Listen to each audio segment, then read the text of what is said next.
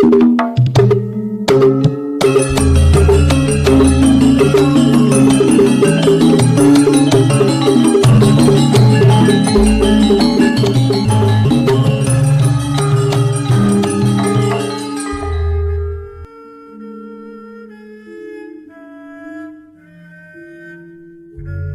Ibu para kadang kinasih simbah-simbah lan adik-adik para rama suster bruder berkah dalem Gusti sugeng rawuh wonten ing PDSK channel menika.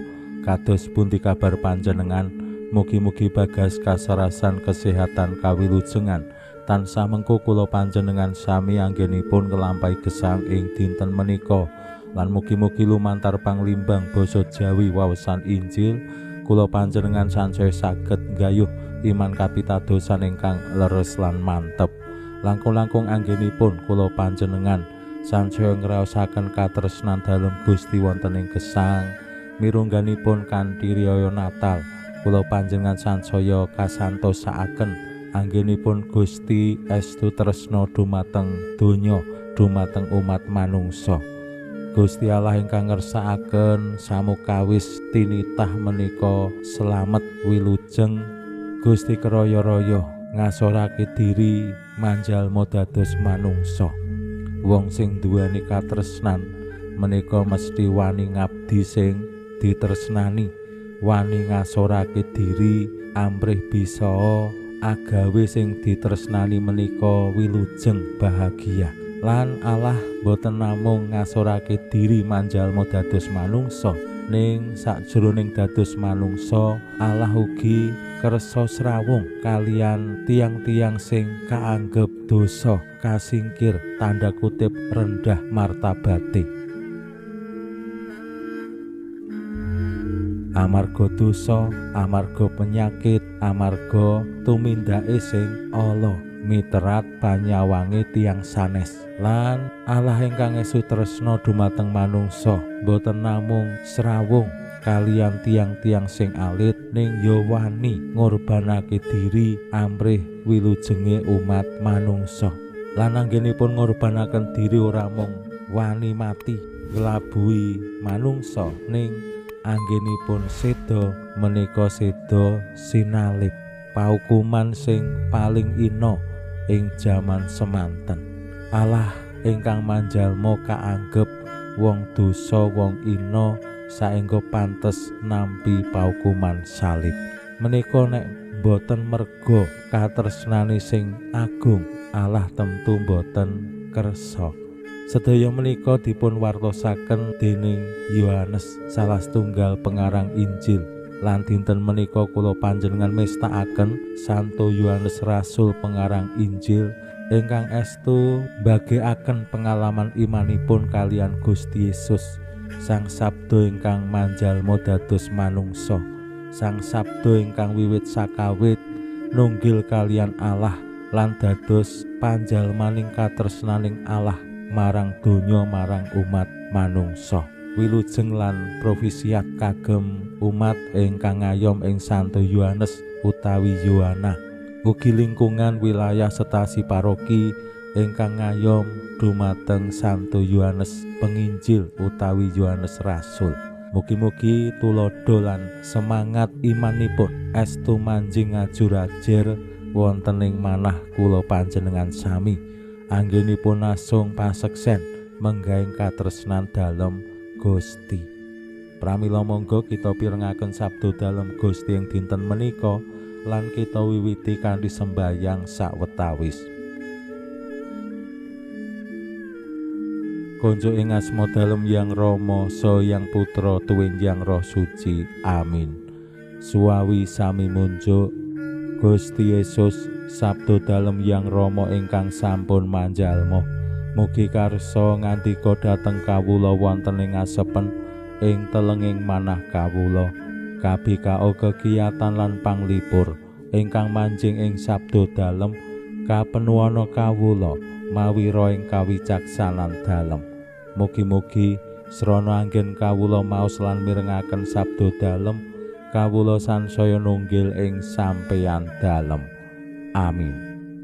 Waosan Injil kapetik saking Injil Yohanes bab 2 ayat 1a kalajengaken ayat 2 ngantos dumugi 8. Ing dina Ahad Maria Magdalena mlayu nemoni Simon Petrus lan murid liya sing kinasih ing Gusti banjur kandha, "Gusti dipun pendhet saking pasarean. Kula boten ngertos sakmenika wonten ing pundi."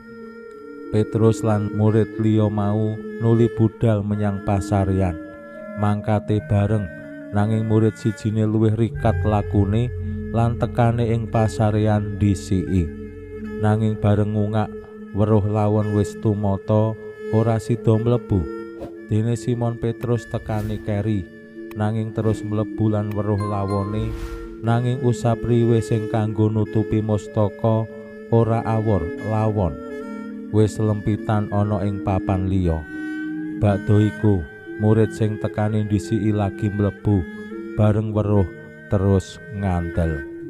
Makaten sabda dalem Gusti. Suawi sami munjuk, Gusti kawula munjuk sembah nuwun karana sabda dalem dadosa obor ingkang madangi margining gesang kawula. Katuntuna kawula sageta sabda dalem menika numusi manah ngantos tansah ngrembaka kangge nggayuh gesang ing suwarga. Amin.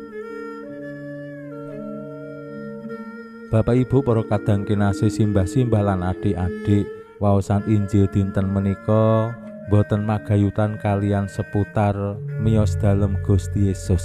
Sacara mirunggan martosaken kados pundi Gusti Yesus ingkang sampun seda sinalip wungu mulya lan Maria Magdalena manggihi bilih makam utawi pasarean menika kosong. Lan Maria Magdalena menduga bilih jenazahipun Gusti Yesus dipendhet tiyang, dicolong wong. Menika logika manusiawi ingkang dipun panggi dening Maria Magdalena mbok menawi saking panike, saking kuwure pikirane saengga kok ajeng nuweni makam, kunjung makam watune wis gumlimpang mandang ditiliki jenazahe ora ana. Terus melayu lapor marang Petrus lan para rasul. Lan rikala Petrus kalian rasul sing kinasih injih Yohanes nuweni pasarean pranyata pancen jenazahe Gusti Yesus boten wonten. Sing elok dingendikake ing Injil wiwitane mlaku bareng, ning merga murid liyane kala wau luwih rikat lakune terus ndisiki.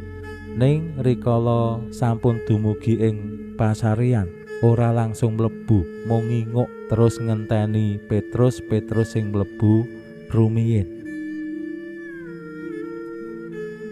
Menika saged dados kaca benggala tumraping kula panjenengan. Petrus sampun dipun tunjuk Gusti Yesus dados pimpinaning para rasul. Mila murid sanesipun kala wau paring kesempatan lan paring pakurmatan. Oh, aku dudu pemimpin, ben Petrus sing mlebu dhisik, sing mbuktekake dhisik. Menika betahaken manah sing ngandhap asor. Mila Yohanes ingkang ateges Allah penuh sih palimirma gadahi watak sing ngandhap asor. Ora kudu dhisik dhewe sing ngerteni.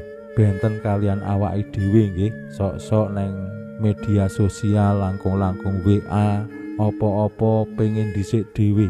Nek bisa ngupload kirim WA sing dhisik dhewe kuwi kaya-kaya wah aku lho ngerti samubarang, ngerti dhisik dhewe. Yohanes boten mekaten. Lan Yohanes ingkang lajeng ugi mriksani manggihi bilih pasarean kosong sak sampunipun ningali lajeng ngandel. Nah menika sing kula kinten luar biasa. Petrus mboten dingendikake, Maria Magdalena ugi mboten. Ning Yohanes bareng weruh terus ngandel. Weruh makam kosong, jenazahipun Gusti Yesus mboten wonten. Ning terus ngandel bilih Gusti wungu. Mugi-mugi kula panjenengan sami kanthi ningali pengalamaning gesang kados pundi Allah nresnani donya, nresnani umat manungsa. Kula panjenengan nggih tansah pitados ing panjenengane. Pinuji Allah sakmenika sarta ing salami-laminipun. Salam sehat, salam bahagia, salam katentreman. Lan mugi-mugi lumantar panglimbang dinten menika kula panjenengan tansah jinangkung ing berkah dalem Gusti ingkang Maha Kuwasa, Hyang Rama saha Hyang Putra tuwin Hyang Roh Suci. Amin.